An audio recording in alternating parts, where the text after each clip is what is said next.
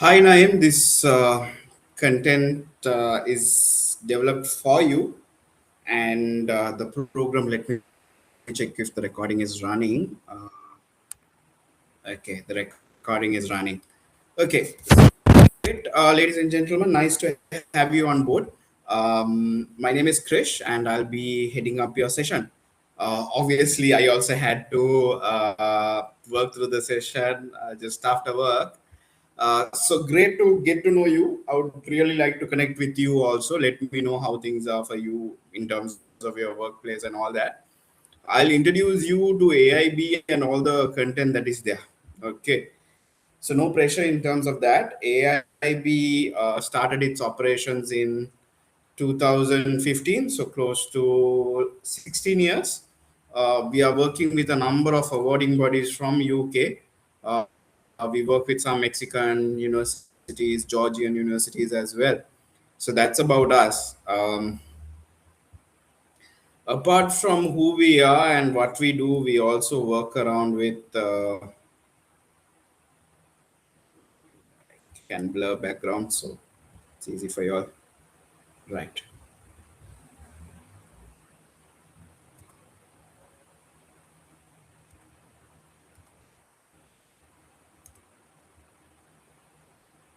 Trying to see if my background options will work for me.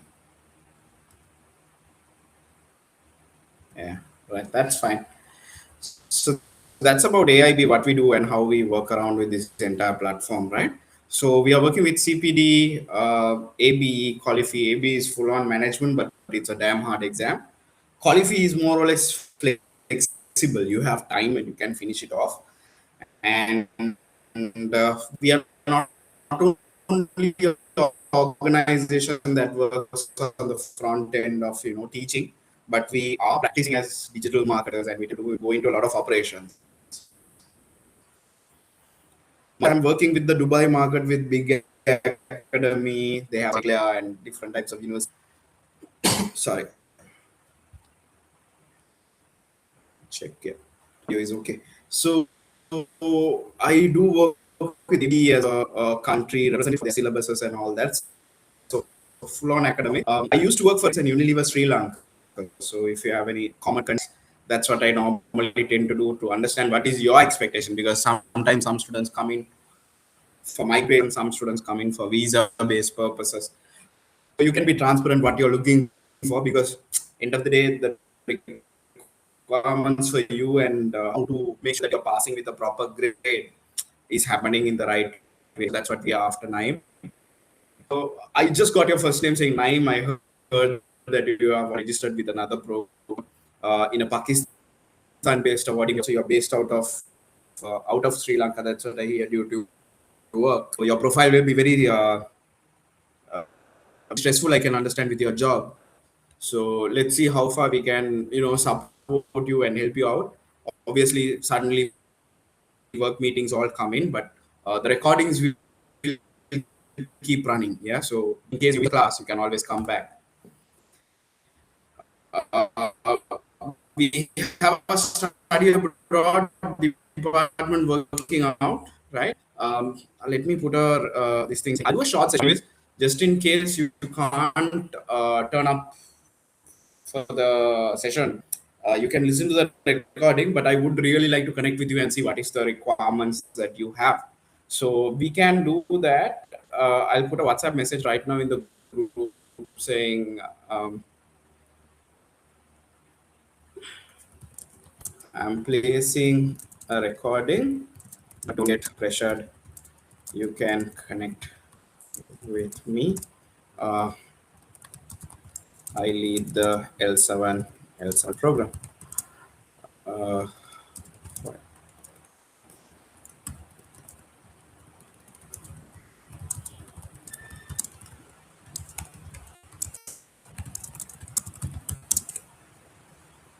right. So that's about me. I just placed a SMS, not SMS, or WhatsApp right now. So we work with study abroad agencies. We work with workshops as well. So we have students connecting with each other. We tend to do that, and we are a proud BNI member where we place our students in different types of corporates. We work with universities. We working with the George University also. So that's about us, and we work with the Institute of Analytics. We work with British Council, Pearson for PTE program, and the graduation is held at BMICH. So that's about who we are and what we do. Um, I'm sure you're already there inside the LMS, and I'm sure you're already working around with LMS. I can see that you're already placed in within the LMS that was made for you. So all the modules, according to the modules which are there, it will get activated for you. So today's terminology, of course, is trying to get your academic writing done, because we tend to work with email and things like that. You need to start working with academic writing. So academic writing is a bit different from what we are used to, right?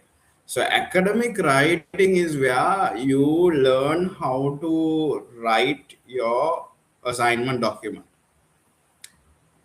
So when you're writing an assignment, there is a way that you need to present the assignment. You need to have read some books or scholar you can use. Yeah, this is a very good platform for you to run through in terms of Google Scholar, right?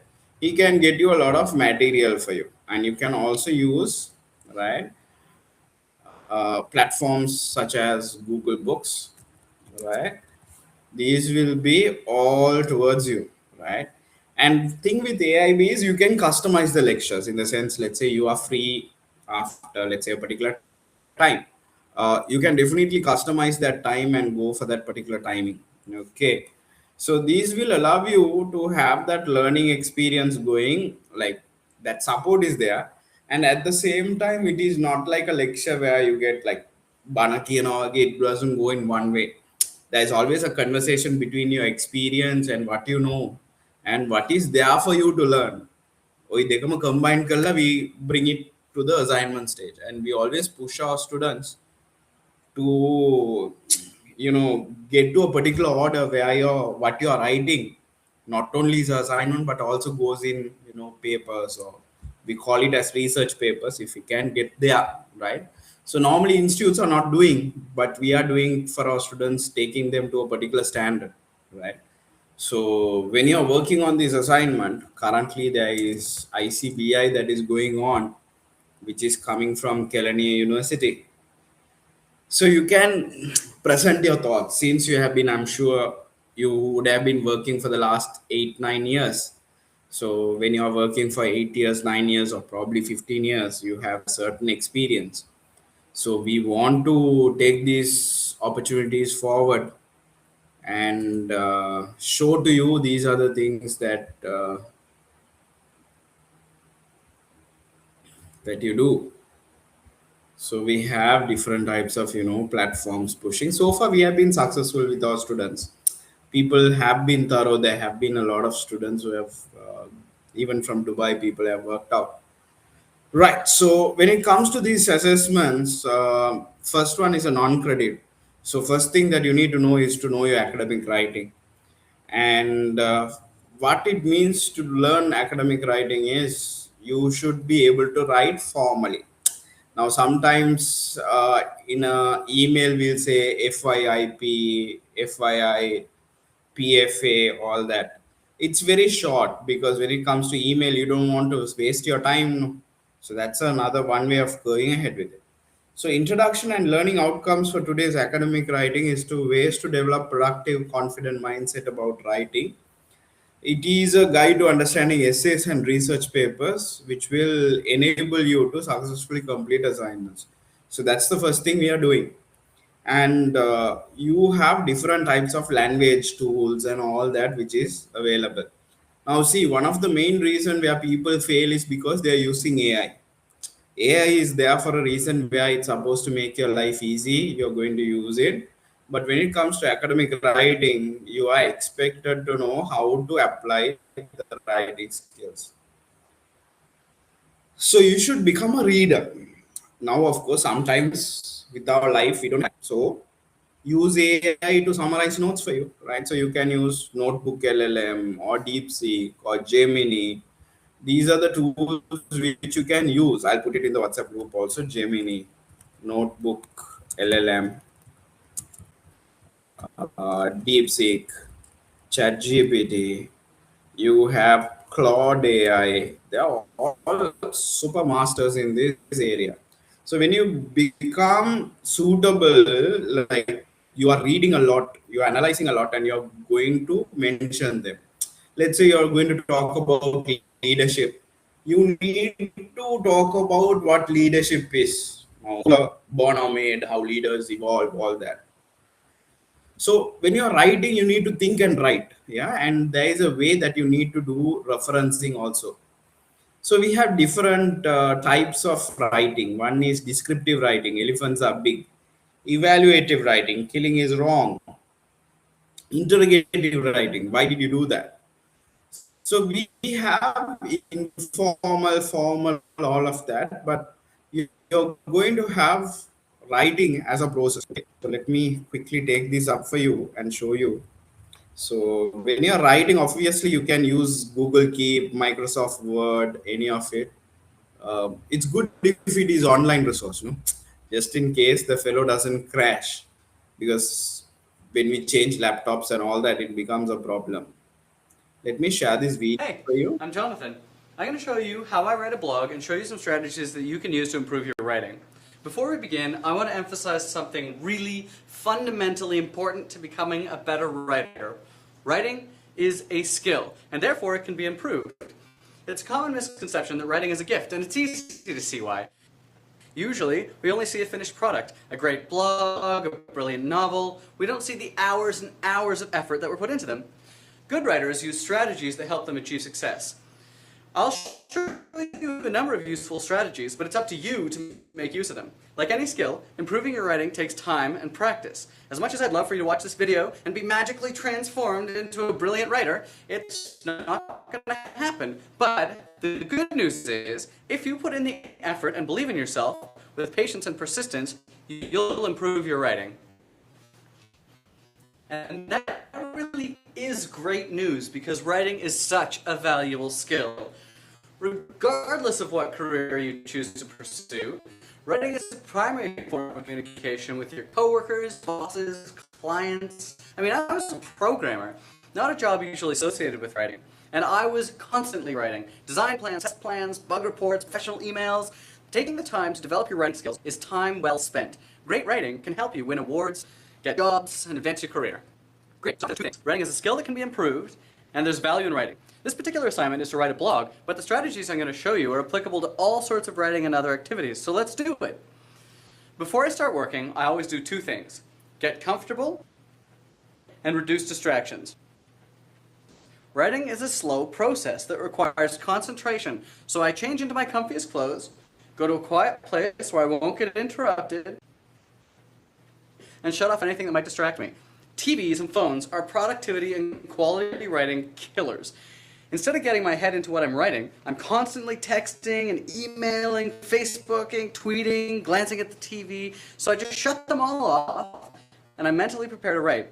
Research shows that students have the lowest confidence in their ability to concentrate when there are distractions around.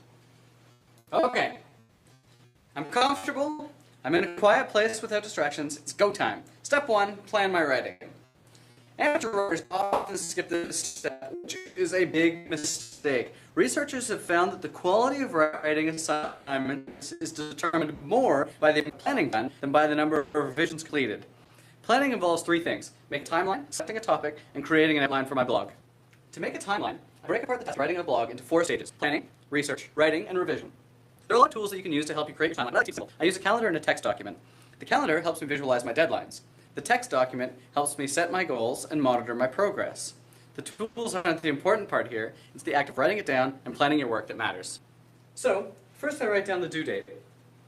Next, I know I need a day to revise my draft, so I set the previous day as the due date for my final draft. I always give myself a minimum of 1 night's sleep after finishing my draft to revise it. Next, I need to set myself deadlines for the other stages, so planning. I'll do it today. Research is where I find my sources and make my notes, and start to fill in my outline. Research always takes me longer than I think it will, so I'll start today and I'll aim to have most of it done by the end of tomorrow.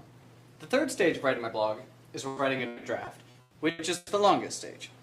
I'll aim to have a draft completed by the end of the next day. At this point, I've got a rough timeline. I'm going to do my best to stick to it or even get ahead of schedule.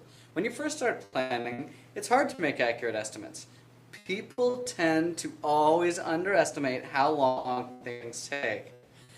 I'm going to write down my progress as I go so that I can make better estimates going forward. The next thing I do is write down the goals for my do this. The goals I set are going to be short-term, concrete, and challenging. It's important to set goals that are difficult but achievable. If I select goals that are too easy, then I'm not going towards them and I won't improve. On the other hand, if my goals are unrealistic, I'm setting myself for failure, or I'll feel overwhelmed and I won't even try. Okay, I'm going to set goals for each stage. For planning, I'm going to select a topic I find interesting and grade out my paper before I start writing. For research, I'm going to find 5 high-quality sources and take notes while reading, put them in the appropriate sections of my outline. For writing, I'm going to write an engaging introduction, have at least 3 subsections, and write a strong concluding paragraph that ties together my blog entry. Setting goals and writing them down is essential because it gives me something to work toward and allows me to monitor my progress. Okay, take a minute, pause the video, and set your own goals.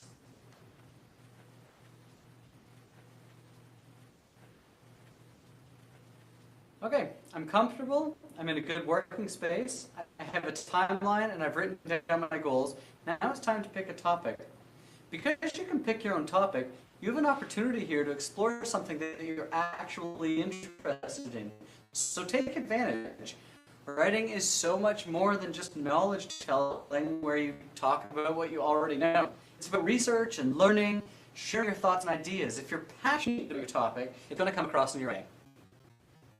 Brainstorming time. Before I start, I do something really, really important. Under my planning goal, I write down my starting time. I'll focus on my interests and the themes and try to connect them. I'm interested in music, cycling, and politics. For course themes, I'll go through the textbook and course website and find ones that interest me. Privacy, freedom of speech, and intellectual property. Okay, how can I connect these? Let's start with music. I stream music online using Grooveshark. I have tons of questions about intellectual property, like, how's this even legal? How do the bands get paid? Do they collect royalties?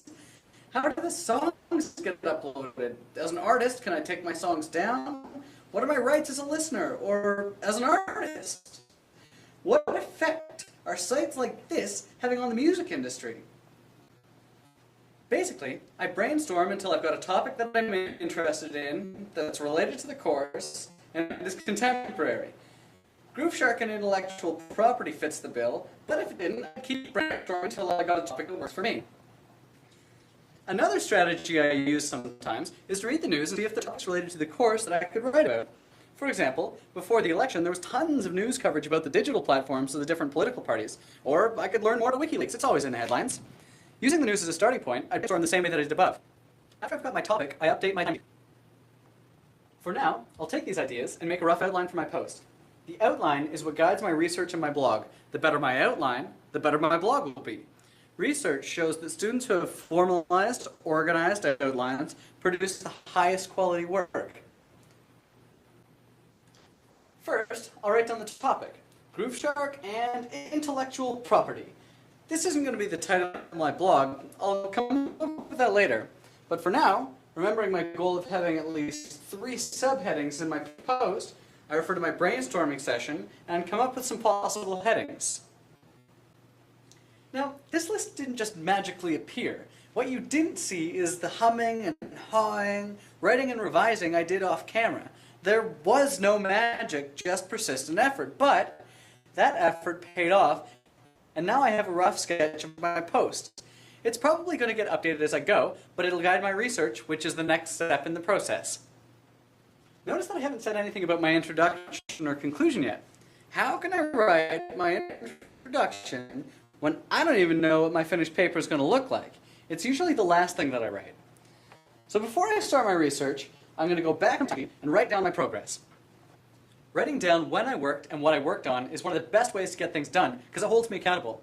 I also write down distractions like texting and YouTube, as well as my work environment so that I can realize how I work in different conditions.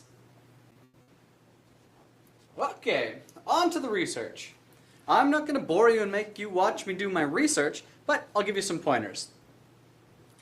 You can start at Wikipedia, but don't try to write a Wikipedia article. Wikipedia is for knowledge telling. In your blog, you should try and synthesize information and give your own thoughts on what you've researched. Also, don't repeatedly link to Wikipedia. It's a common mistake and shows a lack of research depth. Head to the source. For me, I'll go to the Grooveshark website and dig around there for information. Later, if I need to know about copyright law in Canada, I'll just look up the bill.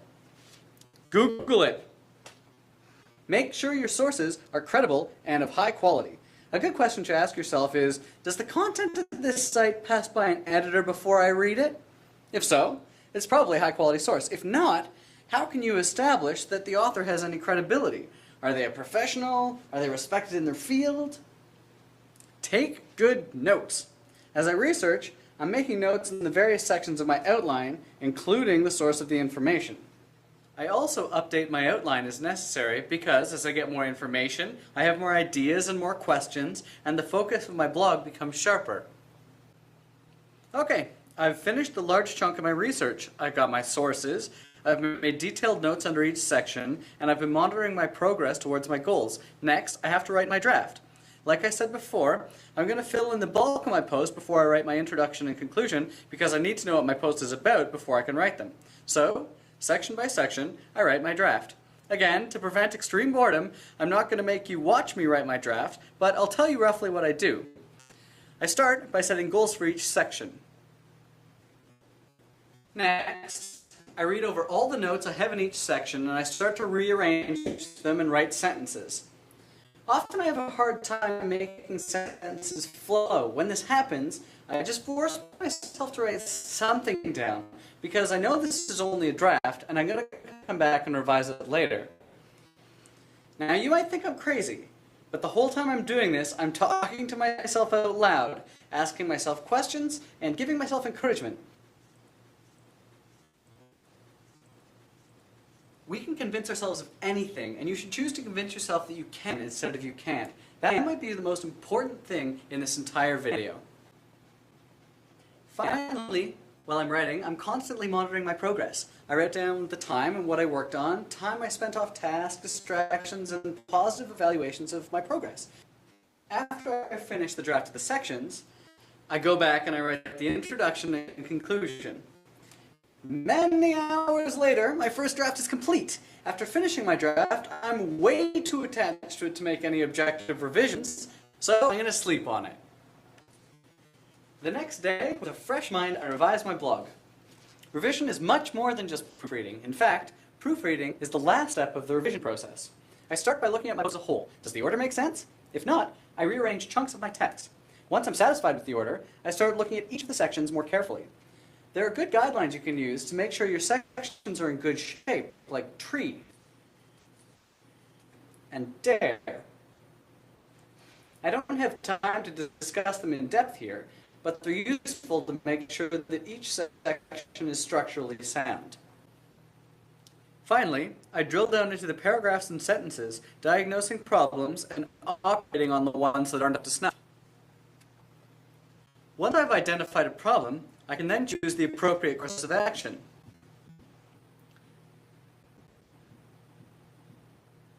After I'm done all of this, I go back through and add any supporting materials like pictures, charts, diagrams, and movies to add value to my post. I never add things just to add things. They have to add value. The final step in the process is proofreading. I carefully reread my post to make sure I've crossed my T's and dotted my I's. After I'm done, I get a friend to read it over and give me critical feedback. Once I've integrated their feedback, I go through and self-mark my blog against the rubric and make any final revisions. And that's it. That's how I write a blog. I really hope you found this video helpful and that you take away some useful strategies that you could incorporate into your writing process. Work hard and have fun.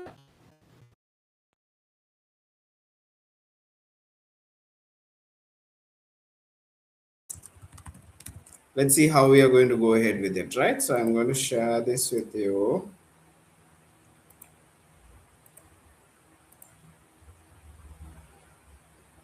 Seconds, I might have to refresh the page.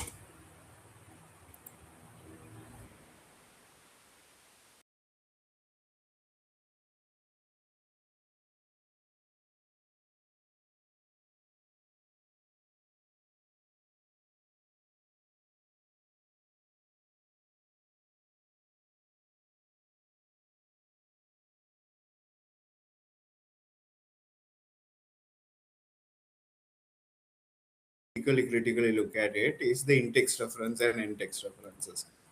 Obviously, in this page, you have a lot of extra descriptive writing, because for you to understand there is a lot. But the task at hand for us is the assessment. This is obviously not part of your credits, which you need to start off is to do a detailed essay, right? So how you would go ahead with this is research essays. You need to do a research problem like, why did Donald Trump go to war with Iran, right? Take something that is easy for you. Take something like what is the motivation for students to study while they are working, because obviously you are having a tough time with it. So you can take a topic like that and do an essay, right? So in that essay, use Google Scholar and Google Books. And how do we prove that we did it properly? How do we prove that Naim did the referencing? Like, to prove that he has read the books, you have to have in-text references, and this is where it comes into play. I'll show you the video because obviously the videos have more quality in terms of when people explain. It identifies the source of information or ideas. It helps the readers to locate the corresponding entry in the reference list at the end of your paper. You should include an in-text citation every time you paraphrase or quote from a source. In this video, you'll learn how to use in-text citations according to the APA Foundation guidelines. I'll explain information to include how it's created, what to do with multiple authors and missing information. Hi, I'm Jessica from Super. Here are your goals. The in-text citation always consists of the author's name and the publication. No matter the source type, you're citing a specific part of a source, also include a locator. For books, this is usually a page number. For videos, a timestamp. And for web pages, you may use a paragraph number or heading. You only need to include a page number when you're using a direct quote. To keep your in-text citations correct and consistent, you can use Scribner's free citation generator. Just click and paste. It's that easy. Now, you can integrate your in-text citation into a sentence using either parenthetical or narrative citation. Parenthetical citations write the author name and publication year within parentheses. These are usually placed at the end of the sentence, just before the period. For narrative citations, the author's name appears naturally within a sentence. Place the publication year directly after the author's name, like the example here. When your source has multiple authors, a maximum of 2 authors are included in the in-text citation. If there are more, you use et al., which means and others. For a source with two authors, you need by year. So here, it's Harris ampersand Cook, comma 2020.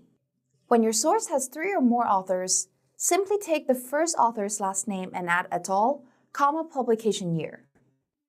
If your institution follows the AP 6th edition, it's a little bit different. Check out this video here. What if the source you're using is missing some key information? Let's take a look. If the author is unknown, the organization created it. This is Tesla. Then you should use the organization name. If you don't, then use the title. When using the title, format it the same way as in the reference list. So either in italics or in double quotation marks. And always use title case capitalization. If the title is long, it's shortened in the in-text citation. You might also come across sources without a publication year. In that case, use ND for no date. If you're quoting a specific passage, but your source doesn't have page numbers, include an alternative locator such as a timestamp, chapter, or paragraph number instead. We've covered the basics of in-text citation and some of the common exceptions. There are a few more, such as when you're citing works from two different authors with the same last name or several works from the same author in the same year. In these situations, the in-text citation may be ambiguous. Check out our article to learn what to do. Make sure to click this playlist to watch more about EP 7. I'll see you there.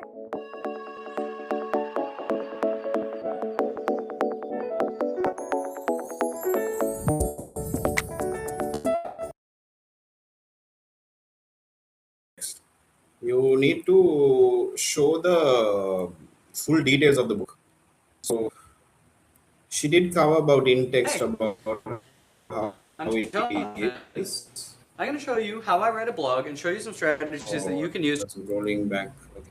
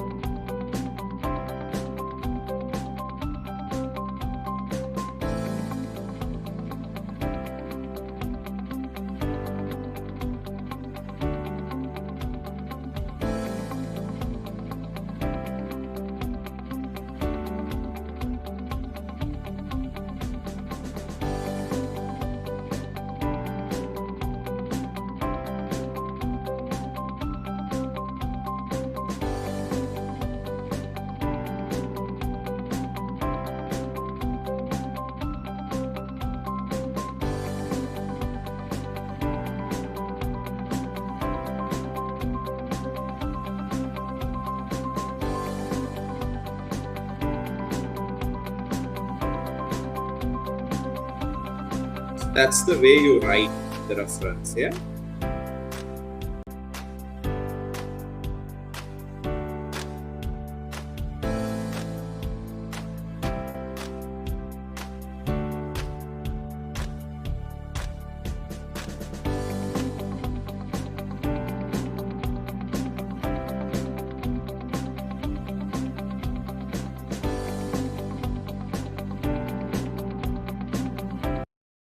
So that's about in-text referencing and in-text referencing. So I don't want to bore you further or anything like that. Possibly attempt the assessment right there, right? So you're going to write small, take a literature area, like whatever you feel is a good thing. Like you might take something like stress or motivation. Why? How do people get motivation? How did Iran-US war impact your stress levels? Uh, how do people abroad manage their money? Anything could work out, right? Just for the sake of writing development we are trying to do. So there you learned about in-text and in-text referencing. You also learned about what do you say, academic writing right now, and Qualifi tools that are there. You learned about those. So there is a lot that you learned, right? So there is interaction which is normally needed. That's where you will ask questions, you will ask doubts. We tend to use that and have a conversation around it. So don't worry too much about it. Yeah, so let's have a conversation once you're done. Obviously, next week, let us know your time, because timing wise, you are having a tough time, isn't it? So let us know. We can definitely accommodate and take it forward. Right, great. Thanks a lot for giving me a ear. I made it short and sweet. Didn't want to elaborate or burn you out. So let's see. Right. So keep in touch. No harm. We'll see your final work.